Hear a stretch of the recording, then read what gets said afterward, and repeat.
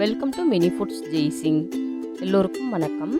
இன்றைக்கி நம்ம ஒரு 10 நிமிஷத்தில் ஒரு சிம்பிளான ஆரோக்கியமான ஒரு ஸ்வீட் லட்டு எப்படி பண்ணுறது அப்படின்னு தாங்க பார்க்க போகிறோம். இது நம்ம ரெடி பண்ணி வச்சுட்டா ஒரு வாரத்துக்கு கூட கெட்டு போகாதுங்க, அப்படியே இருக்கும். டேஸ்ட்டும் சூப்பராக இருக்கும். லட்டு எவ்வளோ அழகாக வந்திருக்குதுன்னு பாருங்கள். சாப்பிட்றதுக்கு ரொம்பவே சாஃப்டாக இருக்கும். வீடியோக்குள்ளே போகிறதுக்கு முன்னாடி இது வரைக்கும் நம்ம mini foods Jaisingh channel subscribe பண்ணாதவங்க சப்ஸ்கிரைப் பண்ணி வச்சுக்கோங்க. அப்படியே பக்கத்தில் இருக்கிற பெல் ஐக்கானையும் ப்ரெஸ் பண்ணி வச்சுக்கோங்க. அதுக்கும் மேல் இருக்கிற ஆளுங்கிற பெல் ஐக்கானையும் ப்ரெஸ் பண்ணி வச்சுக்கோங்க. அப்போ தான் நான் போட்ட எல்லா வீடியோஸோட நோட்டிஃபிகேஷனும் உங்களுக்கு வந்து சேரும். இப்போ ஒரு பாத்திரம் அடுப்பில் வச்சு சூடானதுக்கப்புறமா 1 கப் அளவுக்கு அவல் சேர்த்துக்கிறலாம். நான் இன்றைக்கி பேப்பர் அவல் தாங்க சேர்த்துருக்குறேன். உங்களுக்கு அந்த சிகப்பு அவல், மட்டி அவல் அது கிடைச்சாலும் அது சேர்த்துக்கிறலாங்க. இப்போ இதை அடுப்பை வந்துட்டு மீடியம் ஃப்ளேமில் வச்சுட்டு மெதுவாக வறுத்து கொடுத்துக்குவோம். லைட்டாக இது போல் கலந்து விடுங்க. ஒரு நிமிஷம் கலந்து விட்டாலே போதும், ரொம்ப நேரம் வறுக்க வேண்டிய அவசியம் கிடையாது. ஒரு நிமிஷம் இதே போல் கலந்து முடிச்சதுக்கப்புறமா நம்ம எந்த கப்பில் அவல் அளந்து எடுத்தோமோ அதே கப்பில் 1/2 கப் அளவுக்கு பொட்டுக்கடலை சேர்த்துக்கலாம்.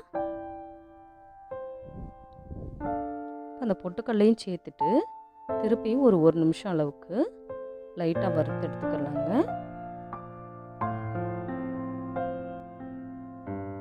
இந்த பொட்டுக்கடலையை நம்ம வறுக்காமல் சேர்க்குறதா இருந்தாலும் சேர்த்துக்கலாங்க. லைட்டாக வறுத்துட்டு சேர்க்கும் பொழுது நல்லா அந்த கிறிஸ்பாயிரும். நமக்கு பவுடர் பண்ணுறதுக்கு ரொம்ப ஈஸியாக இருக்கும். இப்போ நல்லா வறுத்தாச்சு. இப்போ ஸ்டவ்வை ஆஃப் பண்ணிவிட்டு இதை அப்படியே ஆற விட்டுறலாம். ஒரு 1/2 மணி நேரம் நல்லா ஆறுனதுக்கப்புறமா அது ஒரு மிக்ஸி ஜாருக்கு மாற்றிடலாங்க. மிக்ஸி ஜாருக்கு மாற்றிட்டு நல்லா இதை நைஸாக அரைச்சி எடுத்துகிட்டு வந்துக்கலாம். இப்போது நல்லா நைஸாக அரைச்சாச்சு. நம்ம அரைச்சி வச்சுருக்கிற கலவையை ஒரு பாத்திரத்துக்கு மாற்றிடலாம். இது அப்படியே இருக்கட்டும். இப்போ அடுப்பில் ஒரு பாத்திரம் வச்சு அதில் 1/2 கப் அளவுக்கு நாட்டு சர்க்கரை சேர்த்துக்கிடுவோம். இப்போ இதில் 2 டேபிள் ஸ்பூன் அளவுக்கு தண்ணி சேர்த்துக்கலாம்.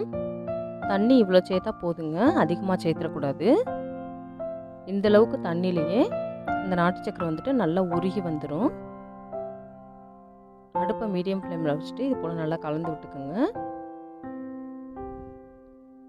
இது பாகு பதம், கம்பி பதம் அப்படிலாம் ஒன்றும் வர தேவை கிடையாது. நல்லா கொதிச்சாலே போதும்.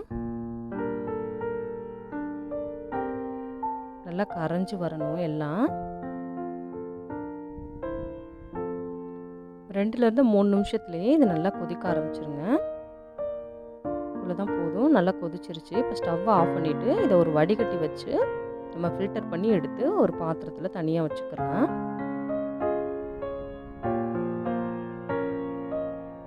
அவ்வளோதான், பாகு ரெடி ஆகிடுச்சு.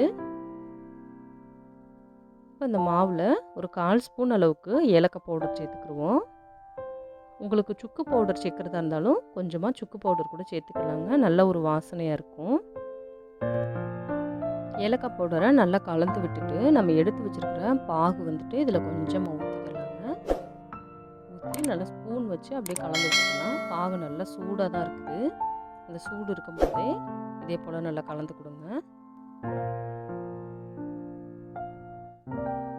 நம்ம எடுத்துருக்கிற இந்த மாவோட அளவுக்கு அந்த பாகோட அளவும் சரியாக வருங்க, மிச்சமாலாம் ஆகாது.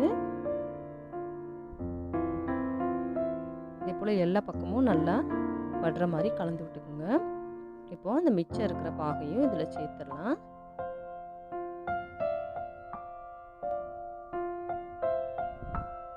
அவ்வளோதான், இதை நல்லா கலந்து கொடுத்துக்குருவோம்.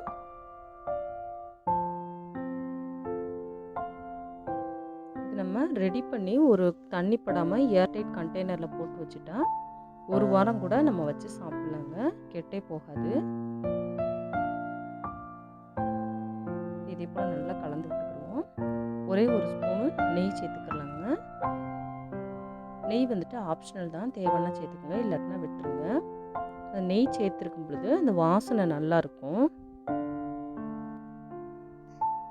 நல்லா கை பொறுக்கிற சூடு பதம் வந்ததுக்கப்புறமா நமக்கு தேவையான அளவுகளில் அந்த மாவை எடுத்துக்கிட்டு உருண்டை பிடிச்சி இதே போல் லட்டு மாதிரி வச்சுக்கலாங்க. அவ்வளோதான், கொஞ்ச நேரத்திலேயே இந்த ஆரோக்கியமான ஸ்வீட் ரெசிபி நம்ம செஞ்சு முடிச்சிடலாம். இந்த வீடியோ பிடிச்சிச்சுன்னா லைக் பண்ணுங்கள், கமெண்ட் பண்ணுங்கள், உங்கள் ஃப்ரெண்ட்ஸ் அண்ட் ஃபேமிலிஸ்க்கும் ஷேர் பண்ணுங்கள். இதே போல் சிம்பிளான ரெசிபிஸ் வீடியோ தொடர்ந்து பார்க்குறதுக்கு மறக்காமல் நம்ம mini foods Jaisingh channel subscribe பண்ணுங்கள். அப்படியே பக்கத்தில் இருக்கிற பெல் ஐக்கானையும் ப்ரெஸ் பண்ணி வச்சுக்கோங்க. அப்போ தான் நான் போடுற எல்லா வீடியோஸோட நோட்டிஃபிகேஷனும் உங்களுக்கு வந்து சேரும். தேங்க்ஸ் ஃபார் வாட்சிங்.